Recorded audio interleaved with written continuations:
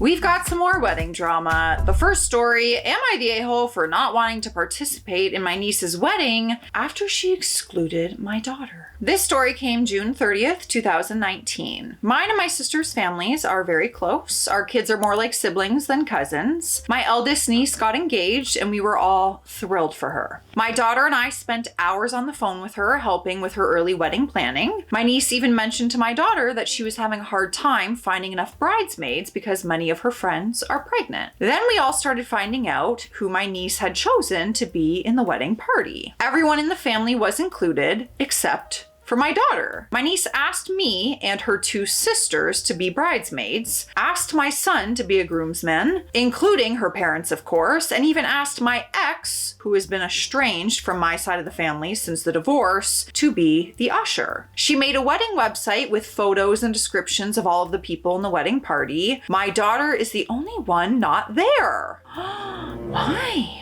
My niece didn't directly tell my daughter that she wasn't included. Instead, she created a text group with all of the women in our family, except for my daughter, to plan hair, makeup, etc. for the day of. My daughter was with me and my other nieces when we got the text and didn't have her phone on her, so she assumed that she was included in that as well. Turns out she wasn't. When I reached out to my niece for clarification, she stated that my daughter was not going to be included. When I asked her if my daughter could at least get ready alongside us in the bridal suite, doing her own hair and makeup, my niece said no. What?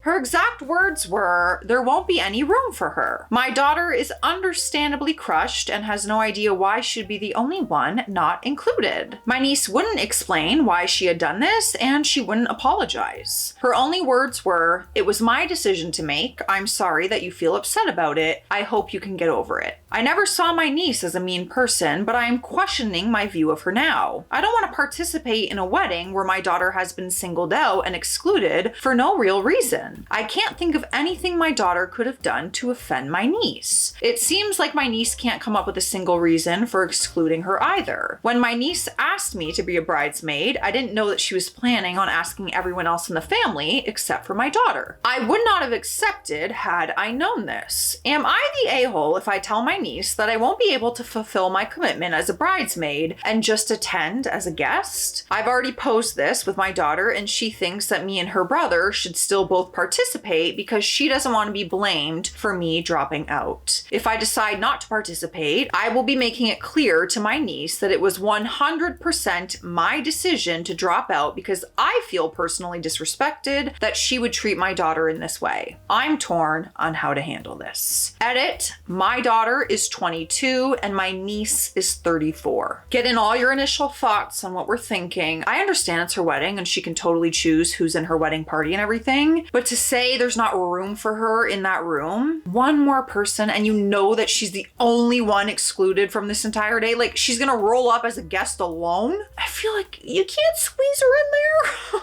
Maybe. I just don't get why, because they seem to have a good relationship, but let's just keep reading. We have an update and it was 2 months later. We're now at August 28th, 2019. Hey everyone, this is the daughter writing the update. My mom didn't know how to do an update post and asked me to write it for her. I saw that a few people asked what my aunt's opinion was after the verdict was given on this post. Here's the answer to that question. My aunt said that she had told my cousin from the beginning that excluding me was going to hurt my feelings and suggested to her that I be a bridesmaid instead of my mother. My cousin turned down this suggestion, but would not say why. I also saw some people wondering if something had gone down between my cousin and me that I wasn't telling my mom. This is definitely a valid question. The answer is no. She and I haven't had any problems prior to this, that I know of at least. She's always been like a sister to me. If she ever had a problem with me or anything I've done, I would hope that she would just tell me. Another question I saw about my relationship with my father. He and I have a very tense relationship due largely to some mental health problems that he has. Prior to all of this, I had confided in my cousin a lot about this. This made her decision to include him over me very hurtful. After reading all of your comments and some deliberation, my mom ended up staying at the wedding party. I appreciate her desire to stand up for me, but I really did want my cousin's wedding to go smoothly, despite my feelings being hurt. My mom respected my wishes is. She is an amazing mom all around, and I am lucky to have her in my corner. After the conversation I had with my cousin, the one described in my last post, I was on the fence about attending the wedding. I then heard from other relatives that she was concerned that I would sabotage the wedding if I were to attend. I found this comment to be bizarre and confusing. At this point, I decided that it would be best to remove myself from the situation entirely. I told her that I would not be attending, and I left it at that. It was a hard decision to make, but your reactions to the original post made me feel more confident in my choice. The wedding did end up going smoothly. I heard from multiple sources that there was plenty of extra room in the bridal suite. I wish I could have been there with my family to support her on her big day. She and I have both been part of each other's major life milestones for as long as I can remember. I still haven't figured out why I was the one excluded, but I have come to the conclusion that she and I must not be as close as I always thought we were. At this point, I'm not sure that I want to be. Your feedback on the original post played a huge part in me realizing that.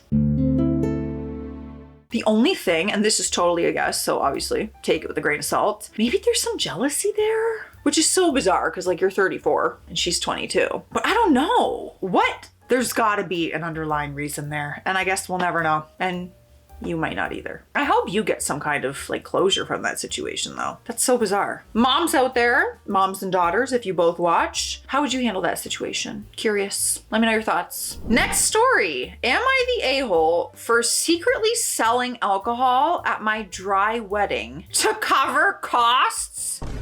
So I, 27 female, recently got married. My husband, 29 male, and I planned a pretty big wedding, about 300 guests. Damn. It was beautiful, honestly a dream. There's just one thing. Our families are super conservative and very religious, so we told everyone it would be a dry wedding, aka no alcohol. That decision kept the peace with our parents and extended family. As we all know, weddings are expensive and we were footing most of the bill ourselves. I saw an opportunity and I took it. I hired a licensed bartender friend of mine to set up a VIP bar hidden at the venue. It was at a large event hall with a garden and private side rooms. I gave a heads up to about 75 of our younger friends and more chill cousins and basically had them pay for drinks. Think wedding speakeasy. The drinks were priced reasonably, like $5 a beer, $8 for cocktails, and people were happy to pay because one, open bar weddings are rare in our circle, and two, they thought it was kind of fun. Long story short, between the money from drinks and tips, we made about $2,000, which helped cover part of the catering bill. The issue is, word got out. A few of our aunts overheard someone talking about the secret bar, and now my mom is livid. She says I lied to everyone, disrespected the family, and made a mockery out of our values. My mother-in-law also called me manipulative and selfish. But honestly, most of our guests didn't even know what happened, and the ones who did loved it. We didn't force anyone to drink, we just gave the option discreetly. My husband is kind of in the middle. He gets why I did it, but wishes I had told him beforehand. Oh my God, he didn't know?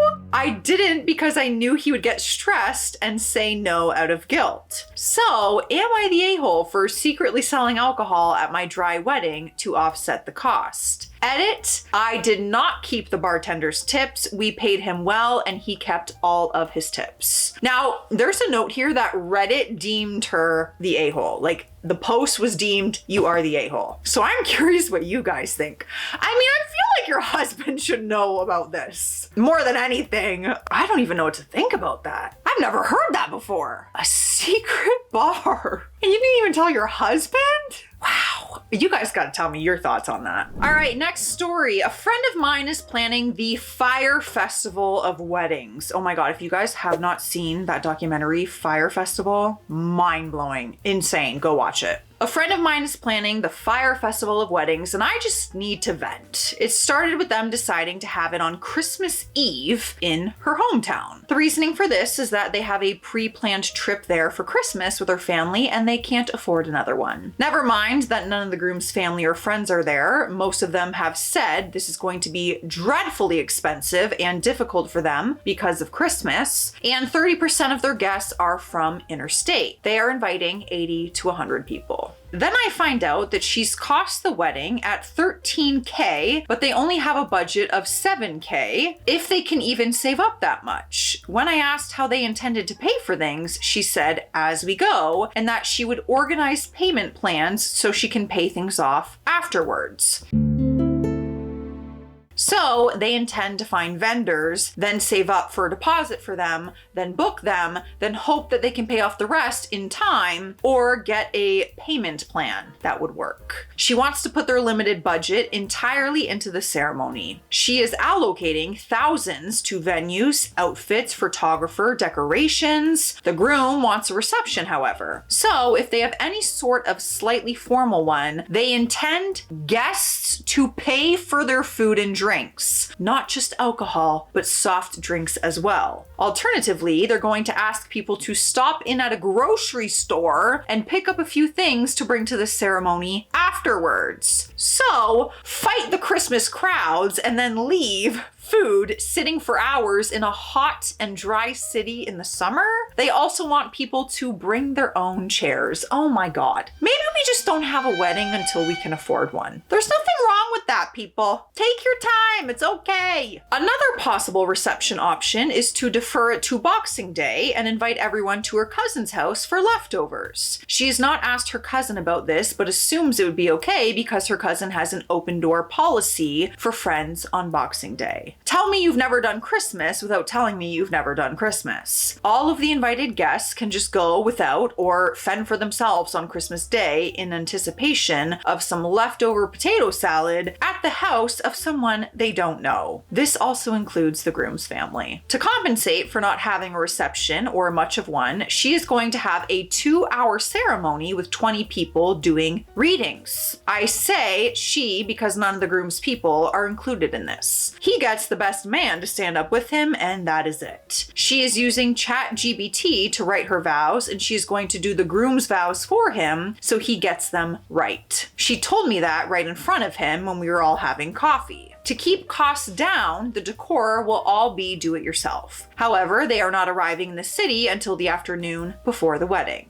So everyone else is going to be allocated things to do, such as collecting things, storing things, making the arch, making the other arrangements, and making the bouquets. They will coordinate from where they are. On the day, others will be allocated set up tasks while they get ready. They will not even have seen the venue until they get there for their wedding. According to her, asking people to do this is a way of including them in her wedding. I found out this interesting perspective when she informed me that the reason she had been waffling all this nonsense to me for hours and hours for the last couple of months and having me help her figure things out is because she is including me in the planning part. This means I don't get an invite because I get to have all my fun and inclusion that way. The friend she is asked to host her hen's night bridal shower also doesn't get an invite because she gets to have her fun planning and running and paying for the event. That friend doesn't know this yet. After carefully trying to suggest alternatives and highlight issues at various points, I finally expressed to her my concerns that this was not going to work and she was asking too many things from too many people. She got incredibly upset with me and told me I was being unsupportive. When I suggested they take a minute and consider everything, she told me that things had been booked and people invited and it is all full steam ahead and I could get on board or get off. I decided to get off. Additional details. People have asked for other details, so I thought I would tell them. At one point, she looked at having the ceremony in a burlesque bar with burlesque dancers as entertainment during it. This would be in front of 95-year-old Nana, a bunch of conservative family members, and also kids. She eventually conceded that that was inappropriate. She wanted and wants to turn up in a Vespa, in a huge ball gown that I can barely lift. She put together a planning permit application in case she wanted to have the wedding in a park. She has asked them to close off roads so her guests can have parking. I tried to explain that this was not what it was for, but she was adamant. The application has still not been approved. She is going to give an itinerary for anyone who is stuck there on Christmas Day so they have things to do. She's not actually going to spend Christmas with them or invite them to anything. She is planning to purchase a whole lot of crockery and cups, etc. from Shein for the decor. She intends to give these to a couple of local family members afterwards as a gift for their help during the wedding because they do a lot of entertaining. I call this offloading junk onto people. If you've seen the Fire Festival documentary, this makes so much sense into why they're calling it that. The organization, like, I can't even imagine. I would have hopped off so fast if she's like, get on board or get...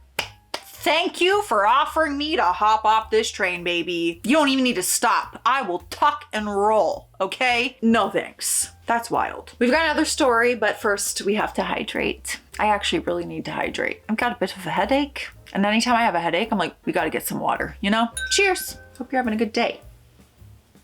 The people always want to see you, boo-boo. They don't want Just Cam anymore. They only want Lila Cam. So if you could look alive and say hi to your fans over here and your supporters. No? You don't even want to like open your eyes? Oh. Okay. Well, Lila, you want to say hi? Yeah, okay, there's some energy. Well, we're gonna go for the dub and you're gonna lose it. You're gonna be so excited. Maybe we'll show them when you're on your dub. Well, the grass is disgusting because it's just all wet and mushy from all the snow melting, but it is a beautiful day and she is loving her walk. She's cruising. Next story. Would I be the a-hole if I call off the wedding after my fiance's family hired a private investigator on me and ruined my reputation over a tradition we agreed not to have? I, male, have been with my fiance, Emily, female, for about 1.5 years. I knelt down to ask her to marry me 10 months ago. Everybody thought it was too short, but because she wanted to have kids, I decided this was the right thing to do. Before we got into this relationship, I was very transparent. I have a bit of a past, let's call it dirt from years ago. I told Emily everything right from the start. She accepted it and it hasn't been an issue for us between the two of us. We also discussed a certain wedding tradition that was usually important for our culture. She comes from a family that celebrates these wedding traditions. On the other hand, our family doesn't. Before I even proposed to her, we discussed that we wouldn't do it and she agreed. At the same time, my mom also asked me whether her family wanted to have one. I responded that it was okay for them to not have it. Before we got engaged, I asked her parents' permission to marry their daughter. They also didn't say anything about this wedding tradition. 4 months ago, we had a meeting of the families, and in that same meeting, both families agreed to not do the wedding traditions. However, apparently her mother has still been persistent by repeating, asking her about practicing the wedding tradition after the meeting of families. 3 weeks ago, all hell broke loose.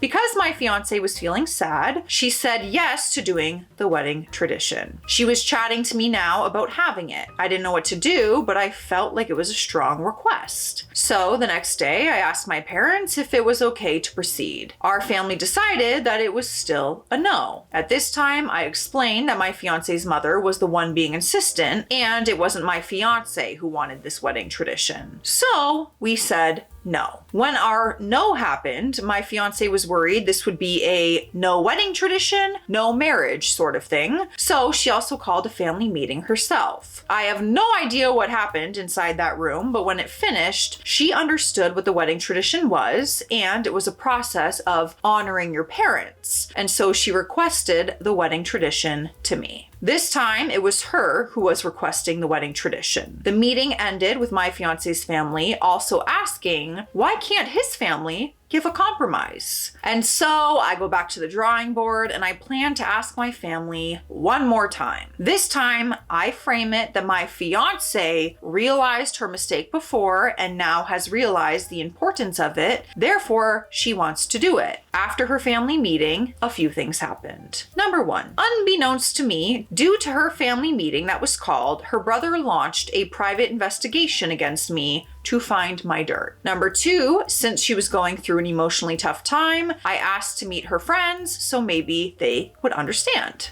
Hi. Hey girl, you want to come in here? You hate when I film. And she turns right back around and walks out. She comes in and she's like, you still filming? All right, I'm out of here. She hates, if I film anything, an audition, anything, she has to leave the room. If I'm on the phone, she can't stand my voice apparently. We'll get back to the private investigation later. After she met her friends, she called me up and asked, out of all your girlfriends from the past, who do you love the most? It surprised me. It felt like my love was being questioned. Her friends ultimately said her family was right and that I should handle this matter myself, and they didn't understand why my mother did not want to do this tradition. They felt like I never said to my parents, let's do this for my fiance, pretty please. Going back to my family, when we met, my family was still against it. In my perspective, I really tried finding a compromise. I questioned the reason why our family was against this wedding tradition. However, ultimately, our family was just still against it. After our family decided to still say no, my fiance had these thoughts that my family doesn't love me, and that is why they don't want to do it. Of course, for me, I don't think doing the tradition meant that they love me. However, Emily accepted it and went ahead to inform her parents that no wedding tradition was to be done. Her parents obliged. After the private investigation, my dirt has been found. Emily's brother confronted her about it and was surprised to find that Emily was absolutely fine with the dirt. He mentioned to her that the dirt was to be shared to their mother as well. When there was a threat of my dirt getting shared to Emily's parents, I went ahead and personally reached out to her siblings to come clean. I discussed it with her brother. During the discussion, he requested to delay the wedding when we talked. After the discussion,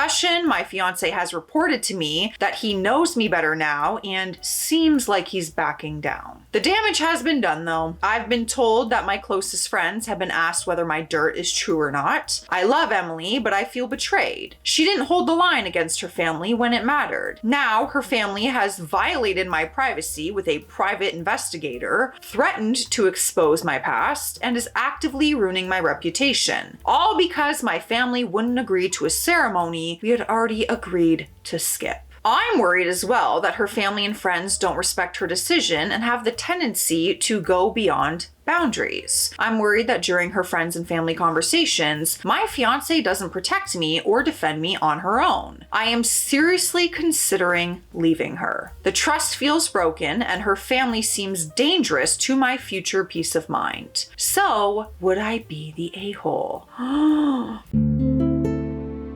Now we have an edit, which explains a few things. It says, edit. Number one, the tradition is a tea ceremony. Number two, the dirt they found is substances. MJ is what I'll say. This is very much frowned upon by Emily's family. And some context, it is an Asian American household. So now we have all the details. That is so bizarre. That just seems like too much drama. I couldn't handle all that. You're planning the happiest day of your life and it's causing so many issues in your relationship and families and this and that just seems like too much stress for a wedding day. Let me know your thoughts and feelings. Stay classy out there. Stay sassy. I'll see you tomorrow.